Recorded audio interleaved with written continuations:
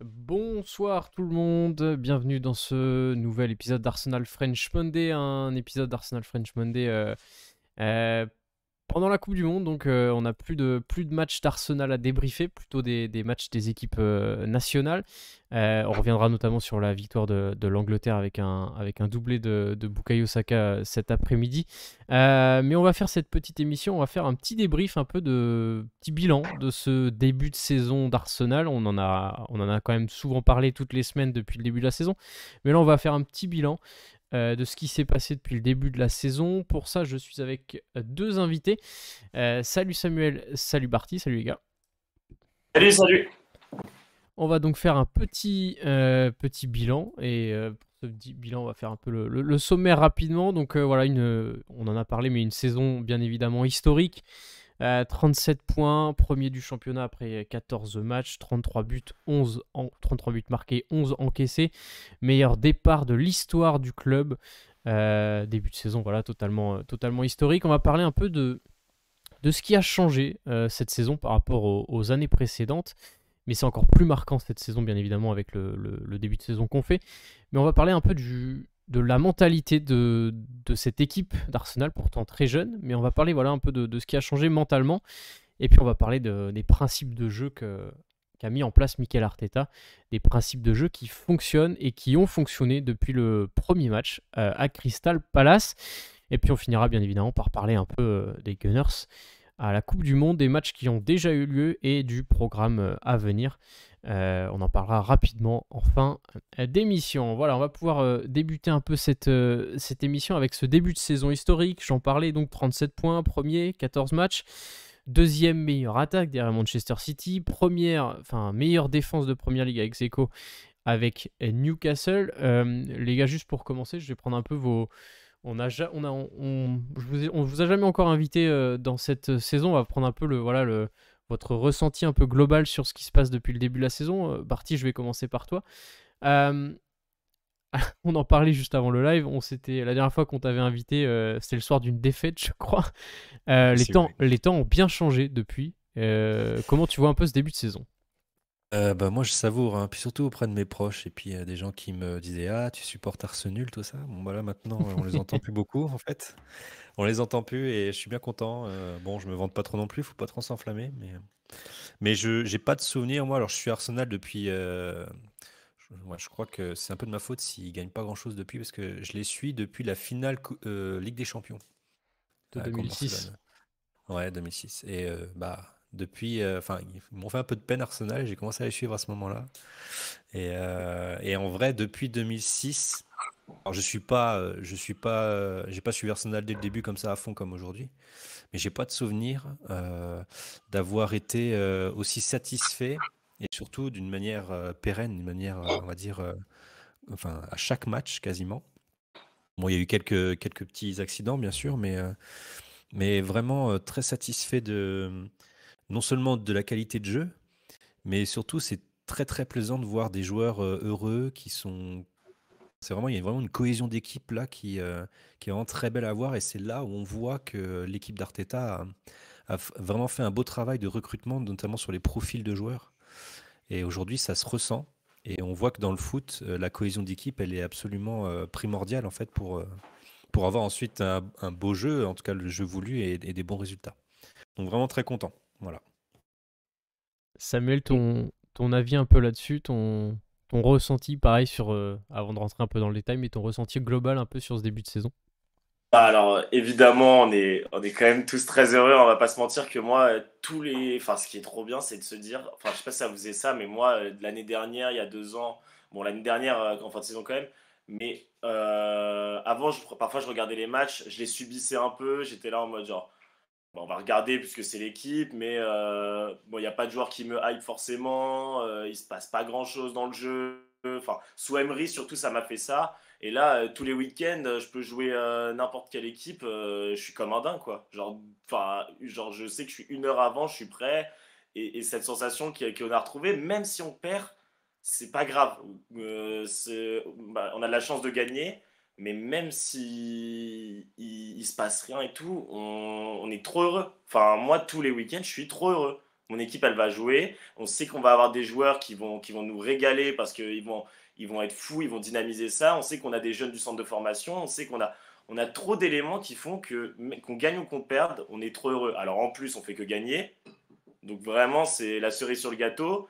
Moi, je ne sais pas combien de temps ça va durer, mais j'ai l'impression de retourner il y a 10 ans quand j'étais au collège et que je redécouvrais le foot. Ça me fait un peu ça. Donc c'est un grand bonheur. Ouais, Il est jeune, Samuel, en fait.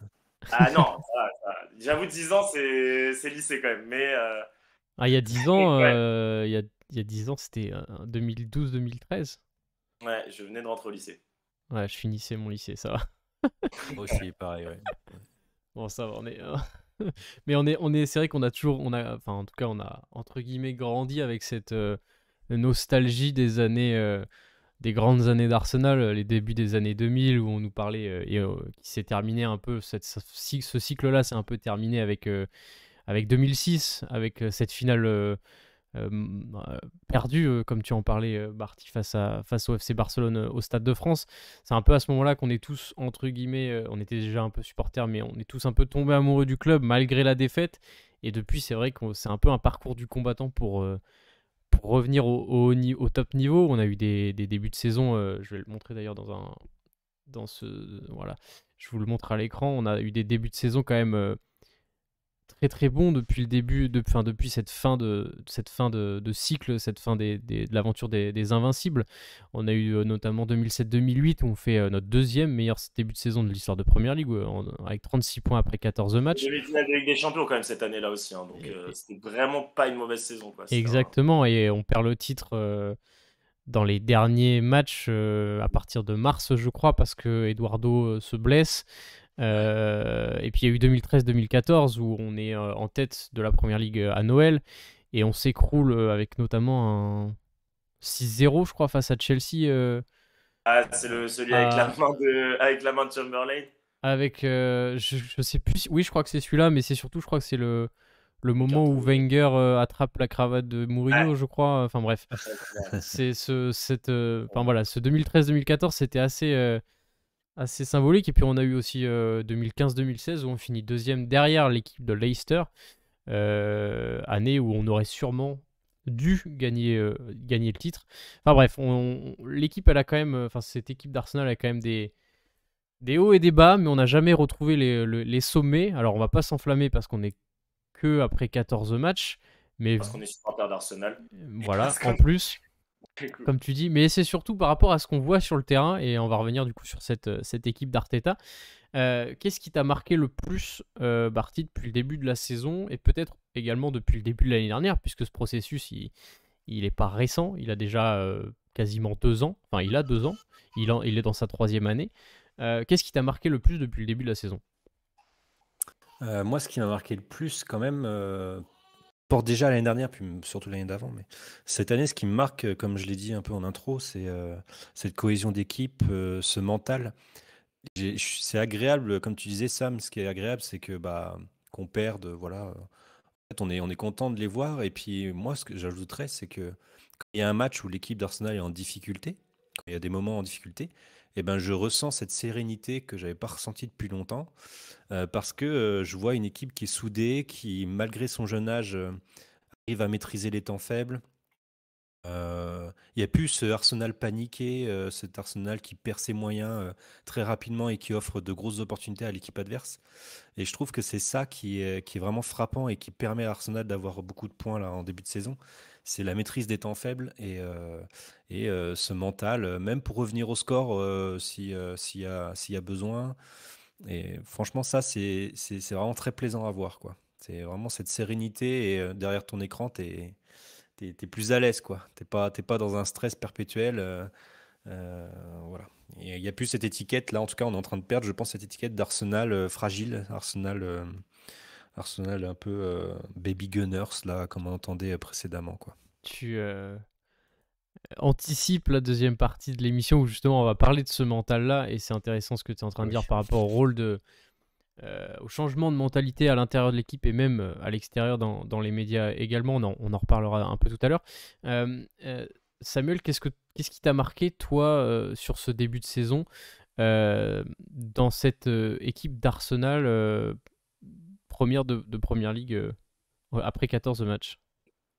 Déjà, je vais rejoindre Barty sur un truc, mais qui en même temps me tend aussi, c'est sur cette gestion des temps faibles. C'est-à-dire qu'on est très bon, mais j'ai tellement l'habitude de me dire qu'on va se faire remonter sur ces moments-là que j'ai toujours quand même. Il y a tellement de matchs où on mène 1-0, où on se dit qu'on a le match en main, on pourrait le tuer. Et alors, on maîtrise hyper bien. Et au final, quand tu regardes le match dans son entièreté, tu te dis, mais en fait, on n'a pas concédé d'action. Je pense par exemple à Chelsea, je pense à Palace au début de saison aussi, où c'est des matchs où même Wolverhampton, tu regardes le contenu du match, au final, tu te dis, bah, ils ont maîtrisé, mais tu peux en mettre plus, quoi. Donc ça, c'est à la fois satisfaisant et un peu, tu restes un peu sur ta faim. Et moi, je pense que ce qui m'a le plus satisfait depuis le début, c'est vraiment, il a misé sur des joueurs Arteta, il a misé sur une progression. Alors chaque match, tu as l'impression que les mecs progressent, quoi. Ça, c'est une sensation. Quand tu vois le niveau que les mecs sont capables d'atteindre et tu te dis qu'ils peuvent encore progresser, mais c'est fou, quoi. Les mecs, Saliba, Saka, même Jesus qui a encore que 25 ans, Martinelli, enfin, c'est des mecs qui font que progresser de match en match. Et c'est une sensation quand même où tu te dis, mais en fait, plus ça avance et et ça peut être encore mieux, quoi. Ouais. Tu peux voir encore plus de choses. L'exemple le plus emblématique de ce que tu racontes, je pense, c'est Martinelli en vrai, parce que dans les premiers matchs, dans les premières minutes où il a joué sur Arsenal, on sentait qu'il y avait un truc, mais en même temps, on se disait, bon, bah, il a un peu la tête dans le guidon, il est pas très Ah, collectif parfois, il a un il est, débile, hein. voilà, il était un peu énervant quand même, Martinelli parfois.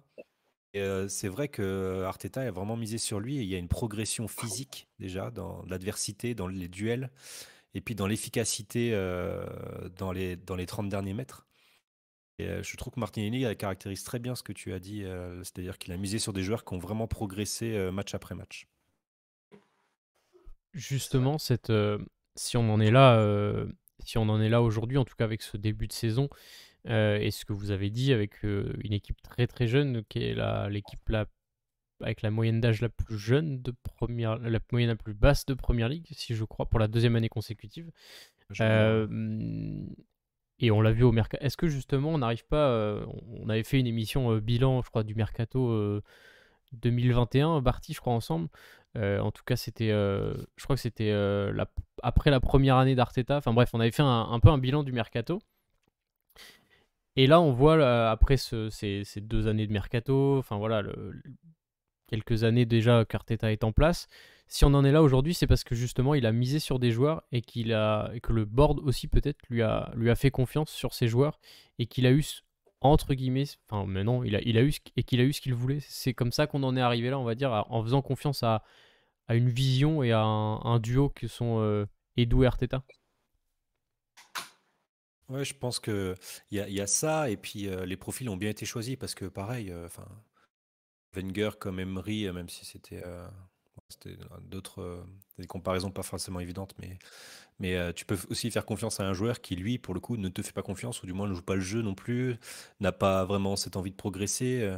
Et, euh, et voilà, ils ont misé quand même. Je pense qu'ils ont bien choisi les profils à qui ils avaient envie de faire confiance, et surtout l'état d'esprit.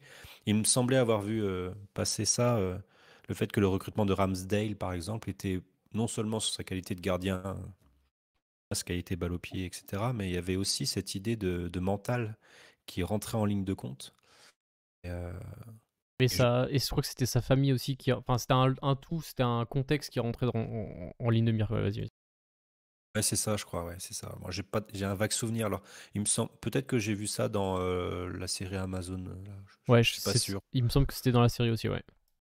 Donc voilà, il y a ça, forcément, oui, faire confiance à un joueur, certes, c'est important. Le mettre en confiance, c'est bien, mais aussi c'est donnant-donnant, c'est-à-dire qu'il faut que le joueur, vraiment dans cette perspective de progression, soit humble aussi. Des joueurs humbles dans notre effectif. Euh, les erreurs de recrutement ces dernières années, c'était aussi des joueurs en fait qui ont eu une belle carrière avant, qui ont été recrutés comme des stars et en même temps, bah voilà, n'ont pas Spécial forcément Emery, cet ça. esprit concurrent. Spécial Emery, il a fait ça au PSG, il a fait ça à Arsenal, il nous ramène des gars, tu sais pas pourquoi il veut les ramener, Ouais. David Luiz. C'est horrible. Enfin, moi, je trouve ça horrible de ramener ces joueurs-là, quoi. Après, il était pas tout seul non plus dans le processus de décision à ce moment-là quand même. Mais Oui, oui. oui, oui, en effet. Enfin, après, Que ce soit au PSG ou à Arsenal, il a quand même don pour. Certes, son équipe joue pas forcément mal, mais pour nous ramener des joueurs, quand même, tu te demandes pourquoi. Hein. Je pose Alors vraiment pour la question. accepter que les joueurs viennent aussi, ouais. je ne sais pas s'il avait un rôle vraiment aussi important dans le recrutement Arsenal. Puis il faut signaler aussi qu'il y a une progression d'Edu aussi, parce que bon, il est au cœur de ces enjeux de recrutement. Bon, Oui. depuis le départ de Raoul Sanelli, Mm. les choses ont pas mal changé. Les conditions, on les connaît, mais Edu, pareil, j'ai l'impression qu'il est fait de plus être avec Sanelli. Alors on n'est pas dans les couloirs hein, de, de Colny, mais j'ai l'impression qu'il est plus libre de faire ce qu'il pense. Et puis, il y a une cohésion également avec les dirigeants et puis Arteta, en fait. Je ne pense pas que c'est le cas partout et je ne pense pas que ça a été le cas justement avec Emery, cette cohésion entre dirigeants et entraîneurs pour justement pister les bons joueurs, quoi. Donc là-dessus, ça a un impact très fort sur qui tu recrutes après et justement cet état d'esprit. Et Douk est d'ailleurs devenu le premier directeur sportif de l'histoire d'Arsenal, si je ne dis pas de Ouais. Ouais. bêtises. Ouais, voilà, ça a été, Je m'interroge, moi, ça a été là-dessus. annoncé cette semaine. Ouais, vas-y. Je m'interroge naïvement peut-être parce que je ne vois pas, peut-être que vous avez la réponse d'ailleurs, je ne vois pas l'intérêt. Qu'est-ce que ça offre de plus? Est-ce que c'est juste une promotion pour un travail bien fait? Je ne sais pas trop Ça doit être ce que sûrement ça dans les implique. contrats en termes de compétences, en termes peut-être tu vois, de portefeuille d'activité que lui peut gérer en fait. Je pense que c'est plutôt un terme honorifique, en tout cas symbolique par rapport à ce qu'il peut faire. Et peut-être que c'est juste également un remerciement de son travail. Parce que c'est quasiment ce qu'il faisait déjà. En fait, il était quasiment déjà directeur sportif. C'est juste que c'est peut-être aussi Oui. une promotion honorifique. C'est Après, marrant, ça dépend des clubs, quoi. Il y a des clubs, ils mettent des directeurs sportifs avec des personnes gérées du recrutement. Et sinon, ils ont que des directeurs sportifs. Mais là, maintenant, il va avoir tous les rôles, en fait. Ouais, c'est ça. Donc, c'est vrai qu'il est Ils font juste. confiance au duo. Le Ouais. board fait confiance avec les résultats au duo Arteta et Doux. Maintenant, si ça ne fonctionne plus, à voir ce que ça va donner. Parce que si ça commence à Ouais. ne plus fonctionner, on va toucher du bois pour que ça ne soit pas le cas. Mais bref, pour revenir un peu, pour recentrer un peu sur l'émission, il a peut-être une puissance de décision plus forte. Voilà ce qu'on nous dit sur le chat. Je pense que c'est sûrement ça, oui, aussi, ce rôle lui a été accordé pour qu'il ait plus de poids, on va dire, dans les décisions prises par le club. Pour recentrer un peu sur l'émission, on va en venir à la deuxième partie, un peu, on en a rapidement parlé avec notamment toi, Barty, qui était sur le mental, enfin, qui est sur le mental, cette deuxième partie. On le voit cette saison, moi, c'est ce qui me marque le plus, au-delà de l'aspect beau jeu et de l'aspect les points qui sont là, c'est cette mentalité, cet état d'esprit d'Arsenal cette saison. Ça s'est fait par le recrutement, mais ça s'est fait par il est à l'image, ça s'est fait par la renaissance d'un homme comme Granit Xhaka par exemple, d'un capitaine qui s'appelle Odegaard, d'un monsieur régularité qui s'appelle Ben White, d'un Gabriel qui fait certes des erreurs quelquefois, mais qui a un mental pareil d'acier. On a plein de joueurs comme ça, plein d'exemples à chaque poste de joueurs qui sont très très forts mentalement et qui le prouvent cette saison. Ça vous fait plaisir, justement, je vais commencer par toi, Barty, parce que tu en as parlé rapidement.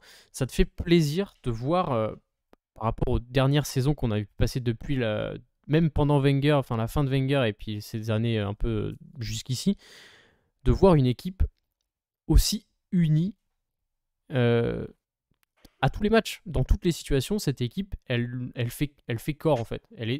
C'est une personne quasiment en fait, l'équipe. C'est vrai, ça, c'est très très marquant et très plaisant. L'exemple le plus symbolique de ça, j'avais utilisé Martinelli pour l'exemple des progrès, mais l'exemple de la cohésion d'équipe, c'est Xhaka, sans être capitaine, il est capitaine finalement. Enfin, j'ai encore cette image de Xhaka qui quitte l'Emirates sous les sifflets et pour moi, c'était la fin de l'histoire à ce moment-là, et il y a une sorte de renaissance, et ça fait plaisir aussi que les supporters oublient cet épisode, et ça lui a redonné aussi également confiance. Et lui-même, je crois, dans les interviews, et les joueurs ont beaucoup appuyé ça dans les interviews qu'ils ont pu donner, même dans les tweets d'après-match. souvent les images qui mettent, la communication est importante, hein, pour ces acteurs, pour ces sportifs. Et quand ils mettent des images de célébration, souvent c'est des images de célébration en équipe, etc. Ils sont heureux d'être ensemble, ça se voit. Et puis, pas après un but, après le premier but par exemple du match, Xhaka fait partie de ces personnes qui dit aux gars, bon attendez, venez, voilà, on reste mobilisé, il faut pas perdre de vue qu'il reste du temps, machin, machin. Alors je sais pas exactement ce qu'ils se disent parce que j'arrive pas à lire sur les lèvres, mais ça, c'est plaisant à voir quand je vois ces images-là.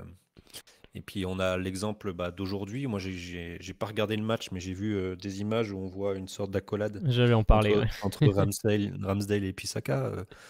Même en dehors d'Arsenal, voilà, ils sont copains, quoi. C'est-à-dire qu'il n'y a pas l'impression qu'il y ait des clans. En tout cas, c'est une impression parce que pareil, hein, on l'avait pas senti venir, l'altercation entre Cédric et Lacazette dans All or Nothing d'Amazon. Là. On l'avait pas senti venir. Enfin, en tout cas, moi, j'étais assez surpris. Donc, on ne sait pas ce qui se passe vraiment en interne dans les coulisses.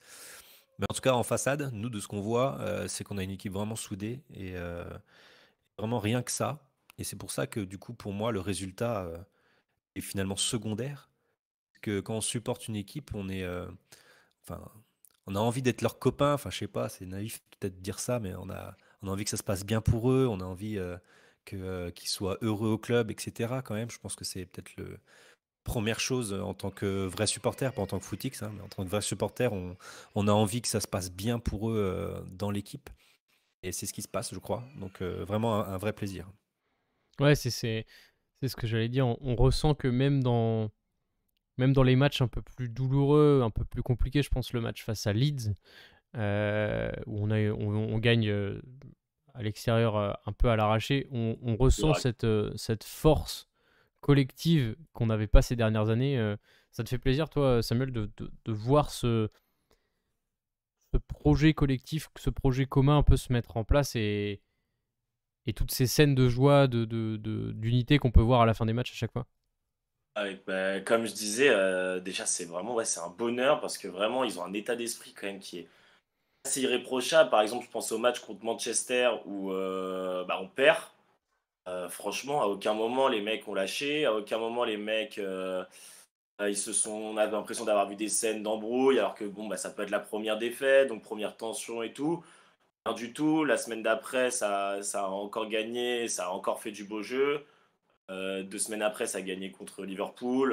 Enfin, ils ont quand même ça. Je sais pas si c'est vraiment Arteta ou si c'est les joueurs qui là commencent à jouer ensemble et finissent par bien s'entendre et vraiment à force d'être toujours le même 11 avec beaucoup d'automatisme, ils finissent tous par vraiment s'apprécier. Mais c'est impressionnant, quoi. Il n'y en a pas un qui, on a l'impression, qui est un peu mis de côté. Quand il y en a un qui rentre en jeu, c'est pareil, il rentre dans le moule, que ça se voit dans le jeu même, ils arrivent très bien à s'adapter. Quand on voit la rentrée de Nelson, c'est quand même très difficile de rentrer contre Nottingham, où il a quasiment pas joué. Quand il a joué, c'était des minutes en Europa League. Il rentre, il est directement énormément servi, il met un doublé, et tout le monde est hyper content pour lui. Et tu vois des scènes de joie. Enfin, je dis ça parce qu'en plus, j'ai été au match contre Nottingham. Tu vois des scènes de joie au moment où il va marquer, où tout le monde lui saute dessus, où c'est les plus Ouais. heureux du monde. Sachant que lui aussi, il a une histoire particulière aussi, donc je pense que ça fait plaisir à tout le monde, au public également, de revoir Nelson décisif en fait.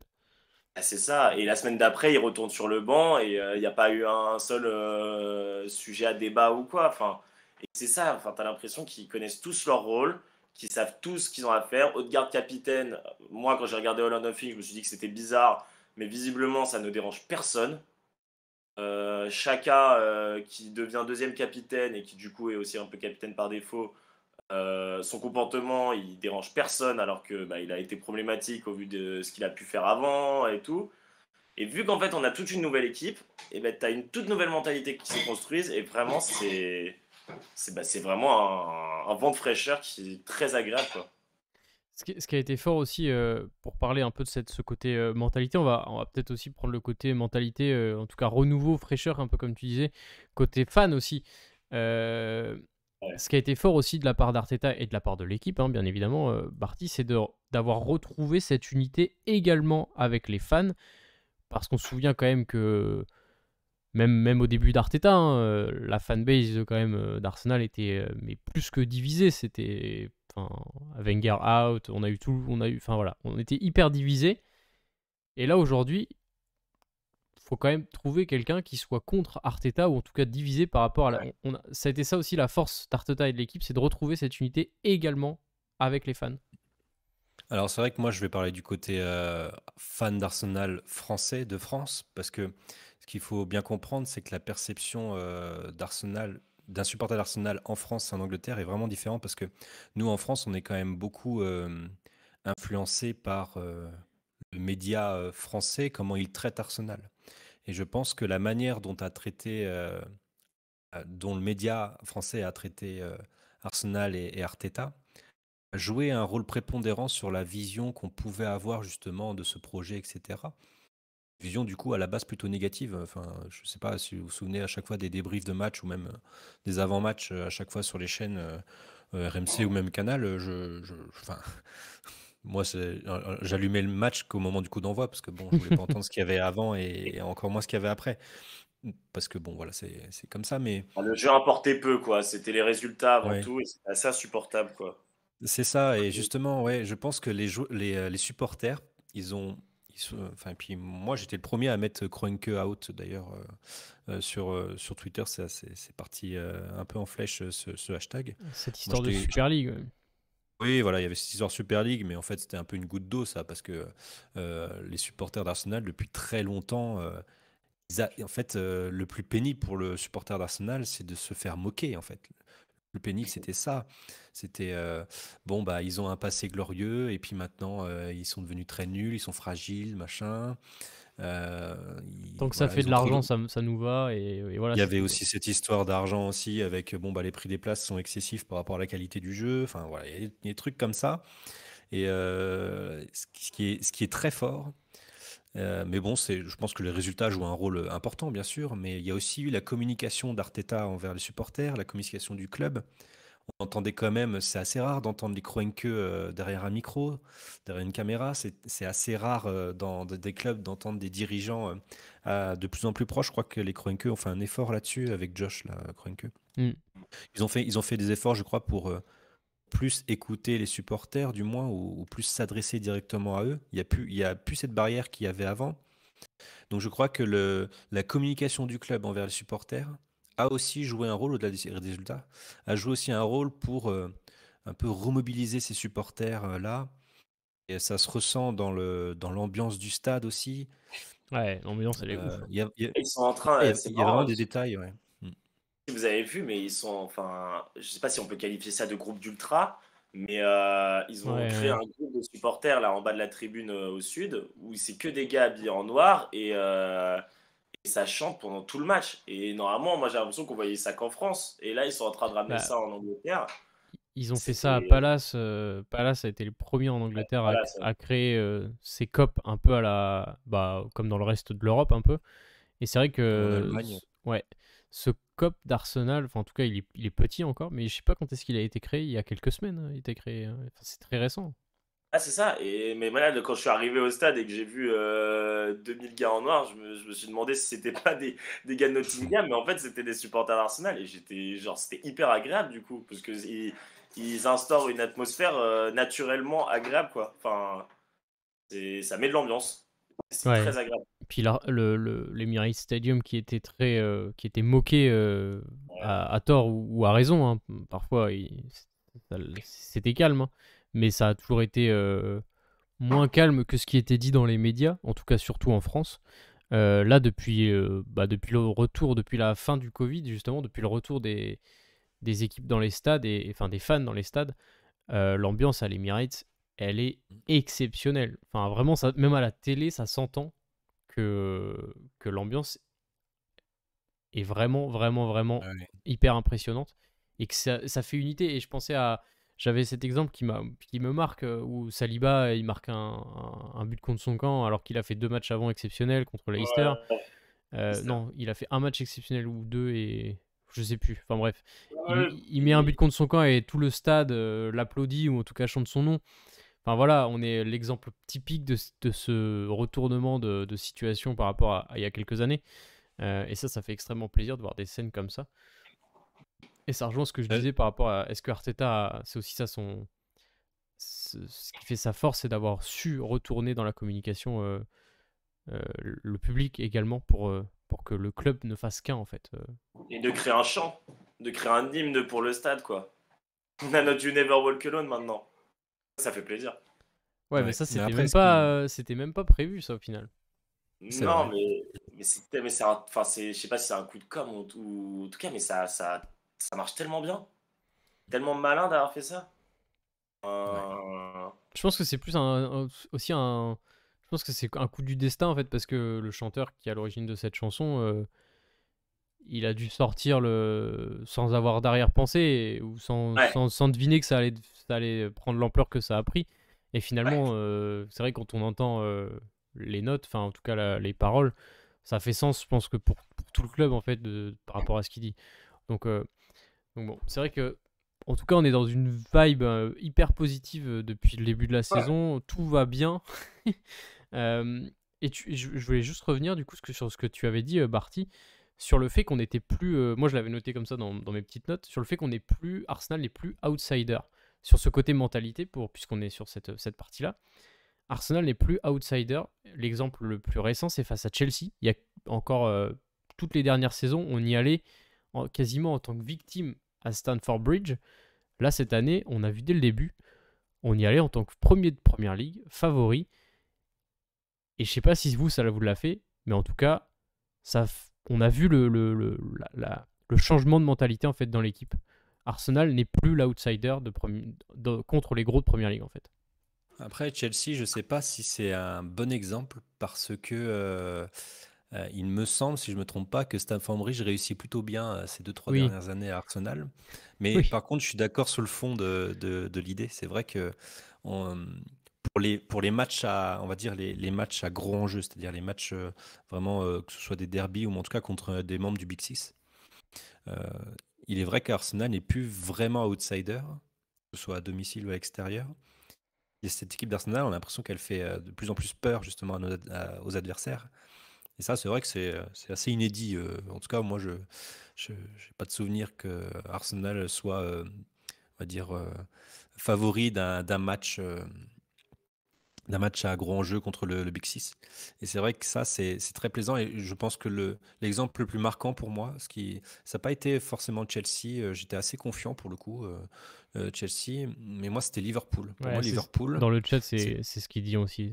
Pour moi, c'est le match de Liverpool. Oui, ouais.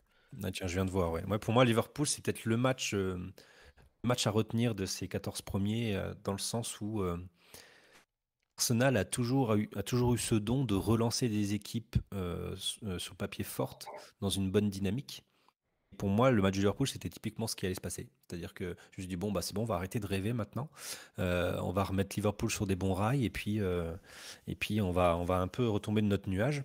Et au final, c'est pas du tout ce qui s'est passé. Et en plus, le scénario du match, il est absolument exceptionnel aussi. C'est quelque chose où on voit ce mental d'acier dont on parlait tout à l'heure. Et ce match contre Liverpool le manifeste vraiment très bien. Donc c'est clair que Arsenal qui n'est plus une victime, ça c'est très très plaisant et je m'amuse même avec mes proches pour leur dire hey, tu vois, j'ai le droit encore de rêver encore quelques temps. Ça fait plaisir. Mais c'est vrai que on parle beaucoup quand même de ce début de saison où tout est positif, mais c'est vrai que on reste fan d'Arsenal et depuis quand même quelques années, on est habitué à être assez déçu quand même au final. Donc jamais, je pense que nous, dans notre bouche, en tout cas jusqu'à la dernière journée, jusqu'à la 95e minute et que ce soit le dernier ballon jusqu'à ce que l'arbitre siffle à la fin du match, on dira jamais qu'on a des chances d'être champion. On peut pas. Il y a Manchester City qui est derrière. Pour l'instant, comme on disait, voir ce qu'on est en train de voir, c'est déjà bien assez et c'est déjà extrêmement suffisant par rapport à ce qu'on voyait ces dernières saisons. Si l'année prochaine on joue le titre et qu'on joue de la même manière, oui, on pourra dire qu'on joue le titre, oui, on pourra dire qu'on est revenu au premier plan, mais c'est sur la longueur que ça se joue. Et là, pour l'instant, c'est que du bonus. Je sais pas si c'est ce que tu en penses également, Samuel, mais pour l'instant, c'est vrai que on va dire que c'est un peu, j'en parlais dans des dernières émissions, c'est un peu irréel ce qu'on est en train de, surréaliste ce qu'on est en train de voir, et c'est que du bonus en fait. C'est marrant parce que moi, au début de la saison, évidemment, je m'étais dit qu'on était un outsider et qu'on allait jouer le top 4 et que si on avait la Ligue des Champions, bah déjà, ce serait hyper cool. Et je pense encore que si on a la Ligue des Champions, déjà, je suis très heureux. Ouais, Parce que on a quand même, pour moi, toujours ce statut d'outsider face à ces équipes-là. Je trouve que c'est presque un avantage parce que typiquement, les matchs contre Liverpool, Tottenham, United, c'est des matchs où on vient avec nos idées de jeu, avec notre façon de jouer, avec un statut où on est toujours cette équipe qui perd toujours contre les gros. Et en fait, on est en train, petit à petit, de faire basculer cette mentalité. Je trouve qu'on est vraiment dans cette phase de transition où on est en train de faire comprendre à ces équipes-là que vous êtes en fin de cycle. Vous, là, vous avez eu votre grosse période pendant 5 ans, Liverpool, pendant maintenant presque 5-6 ans aussi Tottenham avec son attaque. Chelsea qui avait eu le miracle de gagner des champions mais qui est encore en train aussi de se reconstruire. Puis là, nous, on a eu des périodes difficiles. Voilà, on a été dans la merde. On a eu vraiment une période creuse. Et puis là, on est en train de vous dire, on a tout détruit. On est en train de tout reconstruire du début. Et en fait, maintenant, on commence à atteindre la maturité qu'il nous faut. Alors, c'était un pari risqué. Mais c'est pour moi, là, on est en train de passer, on est dans la transition, en train de passer entre outsider et vraiment candidat intéressant. Je pense qu'on est quand même toujours derrière City, c'est même sûr. Mais on est en train de choper le bon filon pour vraiment avoir notre place. On est en train de trouver notre place au milieu de tout ça. Et je trouve que c'est là où ça a fait vraiment notre force. Et c'est pour ça que ça, Arteta, c'est le grand respect pour lui parce que quand tu perds 3 matchs l'année dernière en début de saison, que tu te dis qu'il y a tout contre toi, parce qu'en plus tu joues City et Chelsea qui sont les deux équipes en forme en première ligue, tu as l'impression qu'il n'y a rien qui va aller. Tu te ramènes, tu finis 5e alors que tu avais tout pour terminer 4e. Tu te dis que là, la saison, ça peut très mal commencer. En plus, tu commences à Palace. Tu arrives à quand même être premier à la mi-saison. Enfin, pas à la mi-saison, mais jusqu'à Noël. Franchement, c'est exceptionnel. ouais. C'est- Tu parlais d'Arteta et de son travail. Justement, on va passer un peu la troisième point, on va dire, de ce qu'on avait, de ce que j'avais noté. C'est un peu pourquoi aussi Arsenal en est là, c'est que des préceptes et des principes de jeu ont été assimilés depuis que Arteta est arrivé. On les a vus très rapidement, notamment avec donc une FA Cup remportée, même si on jouait pas dans le même système de jeu, etc. Mais on voyait déjà des circuits de passe qu'aujourd'hui on voit quasiment à tous les matchs, qu'on voit tout le temps. Il y a aussi ce travail-là qui a été effectué, c'est quand même l'un des travaux, enfin le travail en tout cas l'un des plus importants, c'était quand même le jeu. Arsenal a toujours été une équipe, on parlait du Wenger Ball, enfin voilà, a toujours été une équipe qui jouait bien, en tout cas depuis Wenger. On connaissait sous Graham quand même que le boring Arsenal. Euh, le travail d'Arteta, vous le ressentez comment sur ce début de saison, les gars? Depuis qu'il est arrivé, comment est-ce que vous voyez son travail, ce qu'il a, voilà, qu'est-ce qui vous a marqué dans son travail, dans ce que vous voyez dans le jeu depuis le début de la saison, depuis qu'il est arrivé. Barty, je te laisse commencer. Moi, qu'est-ce que je vois? Alors, déjà, j'avais un peu de crainte dans le sens où j'avais peur qu'il y ait un jeu un peu stéréotypé où, du coup, surprendre l'adversaire deviendrait compliqué. Mais néanmoins, on voit des joueurs intelligents. En fait, il y a un système mis en place par Arteta, mais il a mis sur son puzzle dans son puzzle des joueurs quand même intelligents qui s'adaptent à leur adversaire. Donc l'aspect tactique, c'est non seulement pour son équipe, mais aussi pour s'adapter à l'adversaire, comment détourner un petit peu le projet de jeu de l'adversaire également. Donc l'exemple le plus typique, c'est quand j'ai vu la composition d'équipe contre Liverpool, et il a mis Tomiyasu arrière gauche. Ouais. Je savais exactement à quoi il pensait à ce moment-là. Alors je n'ai pas pu l'anticiper parce que bon, on est petit hein, à côté de ces professionnels du foot, hein. Mais dès que j'ai vu Tomiyasu à gauche, je me suis dit: «Ah quand même, c'est un sacré enfoiré Arteta» Mais il l'avait fait et la saison d'avant. il avait fait la saison d'avant, c'est vrai, mais il le refait. Bon du coup il le refait, mais je trouve que ça c'est typiquement, l'intelligence, Arteta et puis le joueur s'est très bien adapté alors que donc pour rappel, Tomiyasu il a été mis à gauche, c'était surtout pour contenir, Salah qui rentre pas à l'intérieur et puis en plus Tomiyasu pour l'adversaire, je pense que c'est, une sacrée corvée aussi. Ouais. Je pense Et qu'il alors est qu'il très avait quasiment pas difficile. joué de la saison, hein. Il avait quasiment pas joué, il te Mm. fait un match. C'était un pari, hein. C'était un pari. On s'attendait à Tierney, je crois, à ce moment-là. Ouais, Tierney qui Ça, avait fait un ça bon prenait match un peu. juste avant en plus. Ouais. Mm.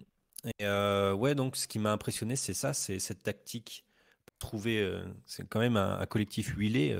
Les sorties de balles, elles sont vraiment super, quoi. À la fois, on est une équipe de possession, mais en même temps, on arrive à mener des contre-attaques. Euh, euh, j'ai l'impression que le jeu est quand même assez varié. J'avais peur qu'il soit trop stéréotypé. C'est un peu moi ce que je vois, comme bon, on dit qu'Arteta est l'élève, l'ancien élève de Guardiola, en espérant qu'il déplace le maître. Mais je trouvais que Guardiola, moi, dans son jeu, il y a un truc qui me plaît moins depuis qu'il est à City. Ça se sentait pas trop à Barcelone, mais je trouve ce qui me plaisait moins, c'est que c'était très stéréotypé, c'est-à-dire que bon, alors ça marche bien, hein, mais j'avais envie d'avoir cette variété de jeux, surtout qu'on a des profils vraiment qui sont assez complets, c'est-à-dire qu'on a des joueurs, on n'a pas des joueurs qui ont, on va dire, un point fort, un seul point fort, c'est-à-dire qu'on n'a pas des joueurs vraiment à des profils très spécifiques. Et Arteta, dans son recrutement, il a joué aussi sur la polyvalence des joueurs. Zinchenko est un exemple parfait de ça, c'est-à-dire que c'est un arrière gauche, mais en fait, il a cette capacité à rentrer à l'intérieur, au milieu de terrain. Il a une technique vraiment impressionnante pour un défenseur. En tout cas, affiché comme tel, c'est un défenseur, mais en équipe d'Ukraine, je crois qu'il joue milieu. Ouais. Mais Il a bref, on a même des joué joueurs numéro vraiment 10. Il a polyvalents. même joué numéro 10. Ouais, on a des joueurs vraiment polyvalents et qui ont on va dire un éventail de possibilités en fait, qui peut permettre justement à l'équipe d'avoir une tactique vraiment très variée et qui s'adapte vraiment bien au système adverse. Et je crois que c'est ça que je soulignerais moi, c'est cette capacité d'adaptation en fait à l'adversaire et ce qui a pu gagner quand même pas mal de matchs en début de saison. Dans le chat, Araf qui nous dit il a stabilisé notre défense, enfin un 6 après des Coquelin Flamini, et notre système de pression après la perte de balle. Après Coquelin, il avait fait une très bonne saison avec Santi Cazorla à côté de lui. Hein. Ouais, Coquelin a été exceptionnel hein, en 2013-2014. C'est Hein. vrai. Mais oui, oui, en effet, Thomas Partey est quand même un cran au-dessus avec Granit Xhaka. Il y a aussi des petits ajustements tactiques pour faire un petit focus sur des choix. Tu parlais de Tomiyasu face à Liverpool. Il y a eu le choix de placer Ben White à droite en tant que latéral droit. Ça, je pense que personne ne l'a vu venir, en tout cas sur le long terme. Temporairement, on l'a vu venir parce que Tomiyasu était un peu blessé. Mais voilà, personne, je pense, ne l'a vu venir sur le long terme. Il y a eu cette évolution du poste et du rôle de Granit Xhaka, qui cette saison joue beaucoup plus haut et beaucoup plus décisif. Et notamment, il est donc moins, on va dire, moins mis en difficulté dans son positionnement défensif, là où il a un peu plus de mal dans la récupération du ballon. Il y a eu donc l'apport de Zinchenko et de Gabriel Jesus. Gabriel Jesus qui crée beaucoup, beaucoup, beaucoup de choses devant.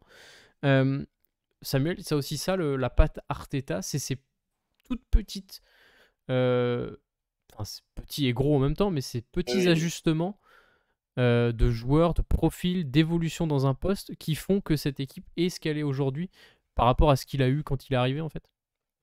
Bon, je vais sûrement passer pour un énorme groupie d'Arteta, mais j'allais encore dire que moi, pour moi, le point le plus important, c'est lui, parce que j'ai l'impression qu'il s'est mis aussi à entendre ce dont avaient besoin les joueurs. Par exemple, je prends l'exemple de Xhaka, par exemple. Xhaka en équipe de Suisse, c'est un joueur beaucoup plus haut sur le terrain que quand il était avec Arsenal, et beaucoup plus décisif, et beaucoup plus tranchant dans ses passes. Et par exemple, Ben White aussi, c'est un cas où Ben White à Brighton, il avait commencé latéral droit. a été ensuite repositionné central, il a été très bon en central, il est venu chez nous en central, il a fait le boulot, mais c'était pas un poste qui était inconnu pour lui. Et je pense que Arteta, à force de l'entraînement, Jesus aussi, meilleur exemple, il avait besoin de rejouer en pointe Jesus, de toucher des ballons, de se déplacer, de décrocher et tout. Et c'est là où je trouve que l'Arteta, c'est sa meilleure force. C'est que je pense qu'il comprend les points forts de ses joueurs. Il s'est dit, Chaka, il peut. Alors oui, son point fort, c'est pas la vitesse, mais il est très intelligent dans ses déplacements. Je vais le faire jouer box to box. Je vais le faire monter deuxième attaquant sur nos actions. Chaka, c'est quoi? Il a mis 4 ou 5 buts déjà, 3 ou 4 passes décisives. Enfin, il est hyper important dans la surface. Ben White, il s'est dit, il va tenir mon côté droit. J'ai besoin d'une défense plus solide qu'avant parce que faut compenser les errements et avec le pressing qu'on fait, on a besoin aussi de personnes qui viennent presser très haut. Ben White à droite, ça libère Saliba et Gabriel qui peuvent jouer les deux dans l'axe. Ça nous évite de jouer à 3 défenseurs. Moi, j'étais pas forcément fan de cette période-là. Et c'est là où, pour moi, c'est tout à l'honneur d'Arteta. Évidemment, même dans ses recrutements après, et pas que lui, et c'est très intelligent, et après, c'est tout le mérite des joueurs aussi. Il a su utiliser les points forts de chaque joueur pour vraiment qu'on se rende compte de leur progression. Et ça, il y en a peu qui en sont capables, je trouve. Et ça rejoint à l'inverse de Guardiola, qui, je trouve, parfois, fait briller des joueurs, mais aussi peut en faire taire certains. Un peu comme Gabriel Jesus, justement. Ouais. Barty, c'est sur ce côté-là aussi, ces petits ajustements. J'ai même pas parlé d'ailleurs du cas de William Saliba, parce qu'il y avait une énorme pression sur Arteta, qui n'a pas recruté William Saliba. Et, hein, c'était avant qu'il arrive. Mais il y a eu une énorme pression la saison dernière pour ne pas le prêter à l'OM, pour qu'il joue en défense centrale.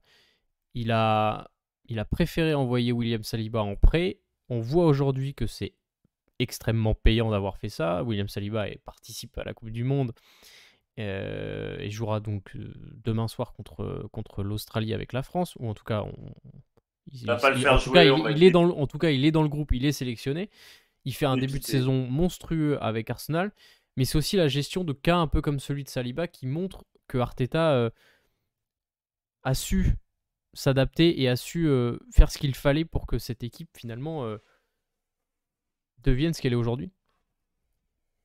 Ouais, c'est vrai que le cas de Saliba, il est intéressant. Alors après, on a été interféré par un lobby olympique de Marseille, je pense, sur Saliba quand même. C'était pénible et en même temps drôle. Bon, mais oui, Saliba. Alors déjà, bon, il y a le rôle d'Arteta là-dedans, d'Edu, je pense aussi, hein, pour bien parler à Saliba, pour lui expliquer le projet, etc.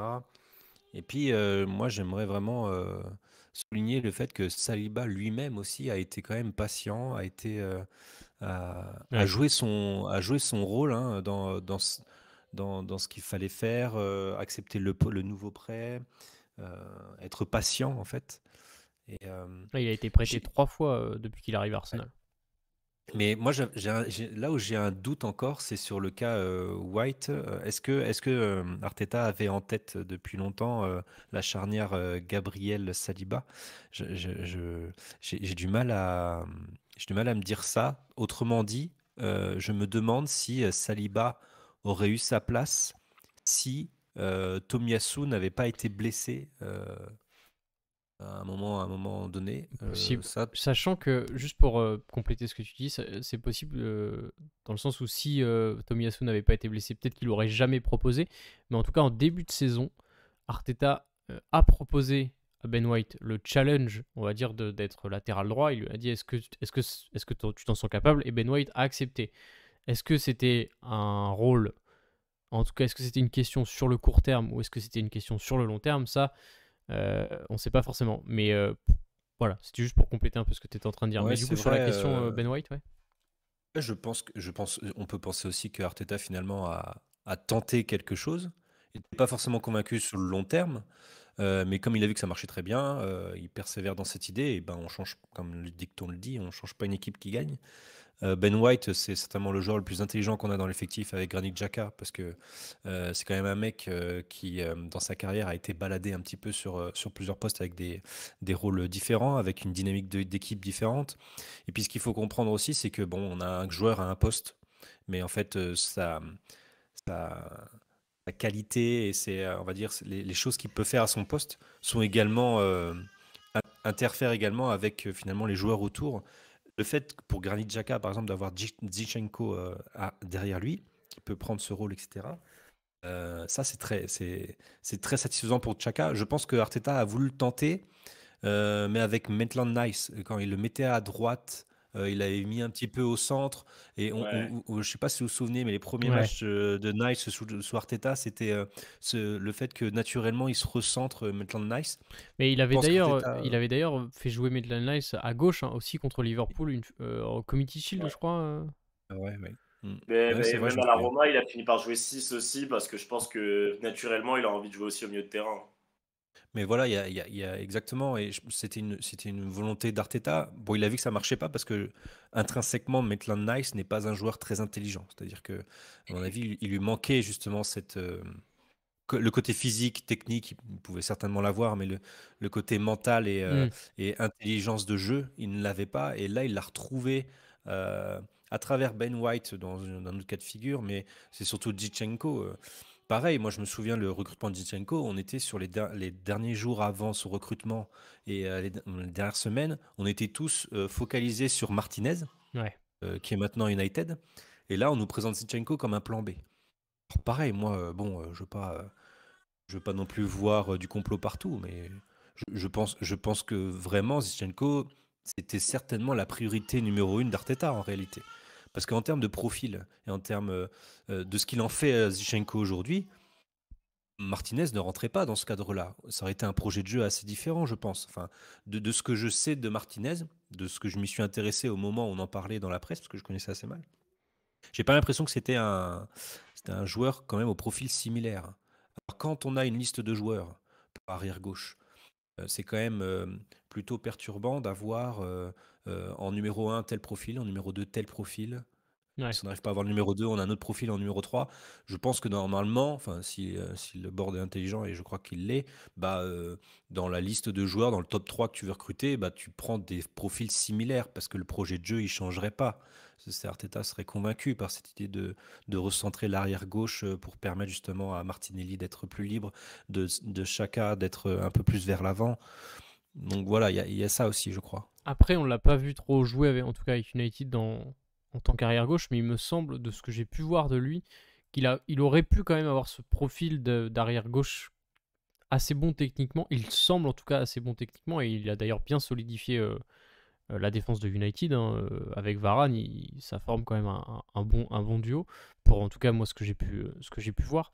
Rapidement, pour finir un peu là-dessus, une dernière question avant qu'on passe rapidement aux joueurs, enfin aux Gunners à la Coupe du Monde. Une question sur Samuel sur le contrôle des matchs. On n'en a pas beaucoup parlé, mais c'est aussi une, euh, une donnée qui est assez importante. C'est et on en a rapidement parlé d'ailleurs en début d'émission, c'est cette manière de contrôler les matchs désormais pour les Gunners.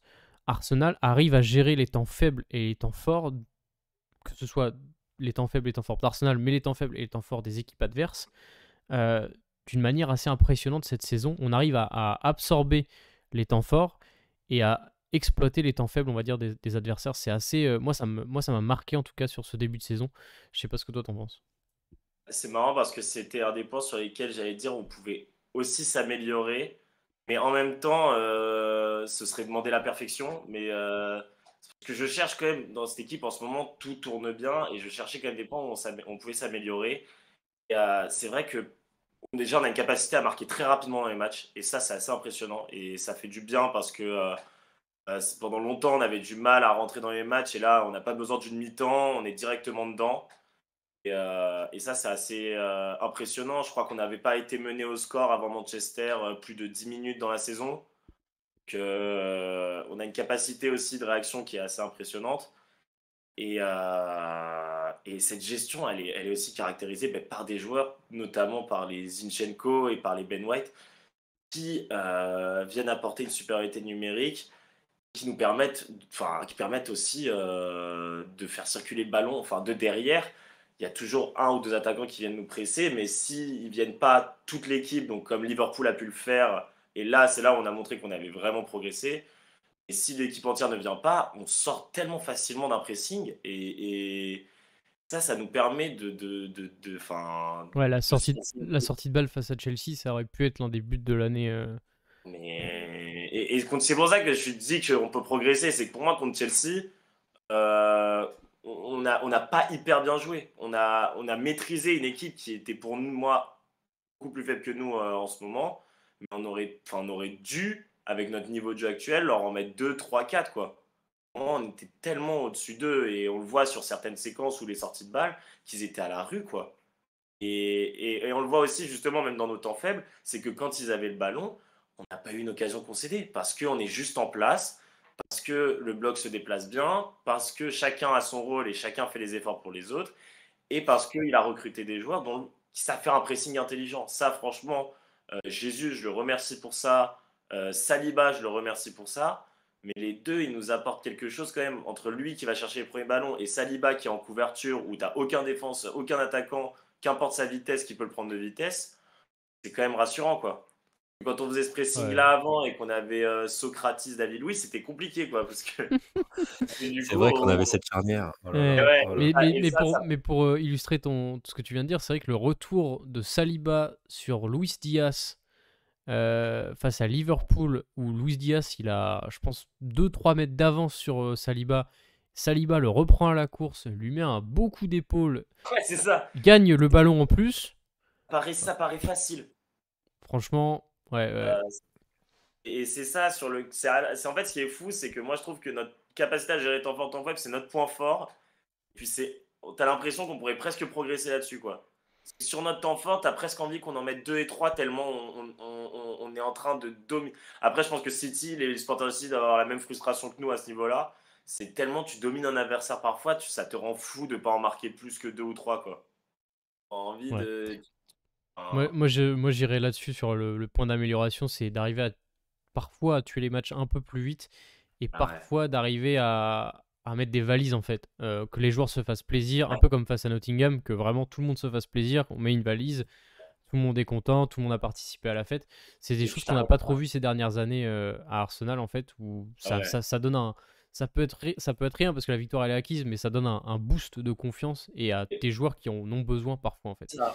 Par Euh, exemple, contre Tottenham, je pensais à ça. Contre Tottenham, on est en train de mener 3-1, mais moi j'ai envie qu'on en mette 6. On est dans le ouais, derby. Ils sont à 10, ils sont à la rue depuis le début du match, ils ne font rien. Mais tuons-les, mais humilions-les, mais ils ne méritent que ouais. ça. Vraiment. C'est vrai que sur des matchs comme ça, des fois, ça ferait plaisir en effet Ouais, que le match, on va dire, rentre dans l'histoire des derbies ou rentre dans l'histoire c'est ça. par une valise. Bref. Fais-nous Euh, rentrer un attaquant de plus, fais-nous rentrer sans un défenseur, ils sont à 10 contre 11, on leur met 3-1, mais viens, on les tue, quoi. J'ai envie de. on va rapidement terminer cette émission. On a fait déjà 1 heure. Normalement, l'émission elle dure 1 heure, mais on va dépasser un tout petit peu de 5-10 minutes juste pour parler. 5 minutes plutôt pour parler Coupe du Monde.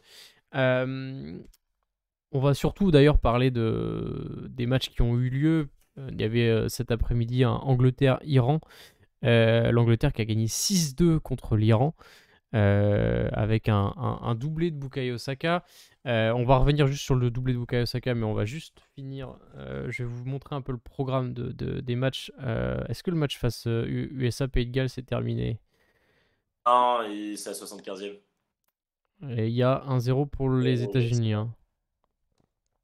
Turner, il a intérêt Ouais, à Matt pas. Turner qui est dans les buts et donc 1-0 à la 75e pour les États-Unis.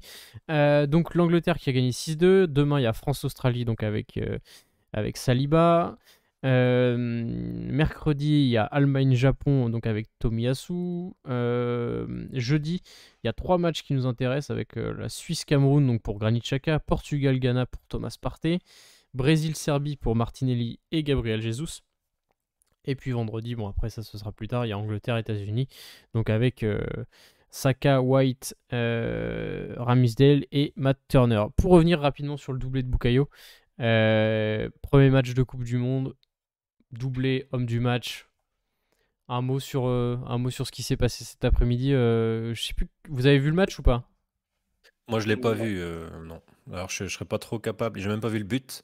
Par contre, il y a un truc où je suis content, c'est que ça efface sa désillusion de la dernière compétition européenne de Saka, justement avec l'Angleterre.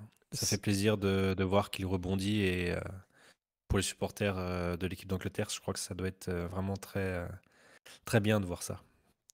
Vrai Golden Boy, c'est lui, hein. Enfin, Ouais, je c'est clair. comprends même pas comment, je comprends même pas comment le mec a pu être sixième. Enfin, c'est une absurdité quand tu vois ces matchs par rapport au. Alors, j'ai de respect pour les autres joueurs, hein. À la limite, Bellingham aussi est un très bon joueur. Il a encore marqué en plus un beau but aujourd'hui. Et puis, putain, le mec, il est trop fort, quoi. Il est trop fort. Il est au-dessus du lot et on le voit encore cet après-midi avec deux buts d'une facilité. Enfin, la reprise. Ça, bon, il la mettra pas tous les jours, mais le but où il rentre intérieur, t'as l'impression de l'avoir tous les week-ends, nous en première ligue. Enfin, enfin, évidemment, on a plein de bons joueurs, mais il a une, enfin, franchement, ça fait 2 ans qu'il a commencé défenseur gauche en plus. Il a une constance et une régularité dans son niveau de jeu. Ça arrête jamais d'être bon. Puis sans J'ai faire des pas- caisses en plus. Non, mais j'ai pas le souvenir d'un match vraiment où je me suis dit, là, il est à côté de la plaque. J'ai là, comme ça, j'ai pas un match important où je me dis, il est à côté de la plaque, il rate son match, c'est une catastrophe et tout. Pour moi, enfin, il a une constance et une régularité enfin, dans un niveau de jeu. Non, À tu, cet tu parles, âge-là, tu parles de Golden Boy. En fait, moi, je pense que ce qui lui porte préjudice à l'image du monde, c'est que c'est pas un ailier très extravagant et très gris-gris, tout ça, tu vois. C'est pas un ailier, c'est pas un ailier spectacle, tu vois. déjà, C'est pas champagne. quand il fait un passement de jambe, je suis choqué. Il le tente une fois sur 10. Et c'est Mais très bien qu'il C'est soit vrai comme ça, c'est vrai justement. qu'il fait jamais de passement de jambes. J'avais même pas tilté, mais Non. non, il fait. il le fait parfois pour le gauche, pour partir sur son droit, mais souvent il le rate, je trouve, la plupart du temps. Mais là où il est très fort, c'est sur son. Et il a pas besoin de ça, ou il a pas besoin de gris-gris, c'est là où il est très fort, c'est sur son jeu de corps. Il a une Ouais. facilité à jouer de son corps pour protéger son ballon et ensuite exploser, qui est assez phénoménal. Ouais. C'est choqué comment il fait tomber des défenseurs comme ça, où il s'appuie sur eux, il se retourne et les mecs n'arrivent pas à le suivre. Il Et est ça, assez c'est assez. imprévisible et très. Il n'est pas stéréotypé, justement, comme ailier. Ça, c'est bien. Ouais. Vraiment. C'est encore un peu le cas pour Martinelli, où parfois c'est un peu prévisible ce qu'il va faire, mais Saka, c'est vrai qu'on est assez surpris à chaque fois. Lui, il compense par sa folie, donc pour l'instant ça va. Je veux juste qu'il ait jamais de problème physique, mais Martinelli, c'est juste, on dirait, il est fou, quoi. Puis Il va perdre le Saka, ballon à 15 mètres, il va revenir. ouais, Saka, pour parler de régularité, je ne sais pas si la stat depuis s'est arrêtée, mais il avait enchaîné cette saison et la saison dernière 50 matchs titulaires de suite Ça me- pour un ailier. Et c'est rare. C'est déjà, faut pas se blesser. Pour un C'est ailier rare d'Arsenal.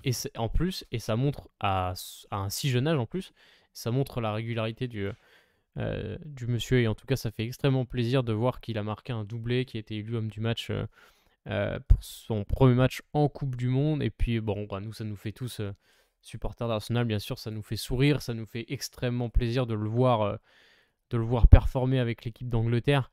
D'ailleurs, il y a juste. Enfin, c'est la seule raison pour laquelle on est content pour l'équipe d'Angleterre. Hein, c'est parce qu'il y a, il y a Bukayo Saka et des joueurs d'Arsenal. Sinon, je pense que Non, mais on aimerait les voir. moi, je préfère qu'ils jouent pas, hein. Moi, s'ils peuvent ne pas jouer, ça me va, hein. Qu'ils arrêtent tout de suite de jouer, qui nous les laissent pour la rentrée, là. Moi, je préfère qu'ils jouent pas, hein. Enfin, même si Ouais. ça fait plaisir d'y mettre un doublé, mais Et Et puis d'ailleurs, après, c'est bien pour les joueurs aussi, pour leur confiance. Et ouais. ouais. c'est gratifiant, quoi, pour des joueurs de jouer une Coupe du Monde, forcément. Donc, Saka, il va grandir encore plus après cette Coupe du Monde. Donc, ça fait plaisir. Ouais, et puis pour finir, juste un petit mot de Araf dans le chat qui nous dit l'année passée sans Saka et Smith Rowe, c'est chaud pour Arsenal. Smith Rowe qu'on attend, qui a dit récemment dans une interview qu'il serait de retour pour Noël, enfin, en tout cas pour le Boxing Day. Retour C'est sur bien les terrains. Il sûr, sera hein. sûrement pas titulaire, mais en tout cas, il sera de retour dans le groupe. Et ça fait extrêmement plaisir parce que l'année dernière, Smith Rowe nous a fait une saison monstrueuse et on aimerait le revoir dans ce collectif aussi bien huilé que depuis le début Je me de demande où la il jouerait, d'ailleurs. saison. Ça Bah va être ouais, le meilleur. maintenant ça va être un Ça va être casse-tête le de meilleur riche. cadeau de Noël. On va être trop content. Il va revenir. Les autres, ils vont être à la Coupe du Monde. Ils vont être un peu cuits. Il y en a certains, bah, peut-être notamment les Brésiliens, qui vont peut-être aller loin, ou les Anglais. Il va revenir tout frais. Ça va faire tellement du bien. Je pense. En plus, avec son style de jeu, où il va rentrer intérieur tout le temps s'il va sur la gauche. pourra combiner avec tout le monde. Je pense que je suis pas du tout inquiet pour lui. Je suis vraiment, voire très très impatient. Bon, en tout cas, voilà, on est tous impatients de le retrouver, Emile Smith-Rowe. Merci beaucoup, messieurs. C'est la fin de cette émission. On va se retrouver la semaine prochaine avec des émissions un peu particulières tout le long de la Coupe du Monde, puisque forcément, il n'y a pas de débrief des matchs. Mais on vous a prévu des petites émissions un peu particulières. Notamment, je pense que la semaine prochaine, on fera un peu l'équipe type de Première Ligue. Et puis, on reviendra sur des grands matchs d'Arsenal un peu historiques. Enfin, voilà, on fera des émissions un peu... le programme n'est pas encore trop défini, mais on fera des émissions un peu spécial, en tout cas qui change de ce qu'on fait d'habitude. Merci beaucoup Samuel, merci Barty d'être venu ce soir dans cette émission, c'était un plaisir. Merci Albin. Partagé. Merci beaucoup. Pas de souci, merci les gars, vous revenez quand vous voulez et puis nous du coup on se retrouve donc la semaine prochaine pour une nouvelle émission. Allez, salut tout le monde.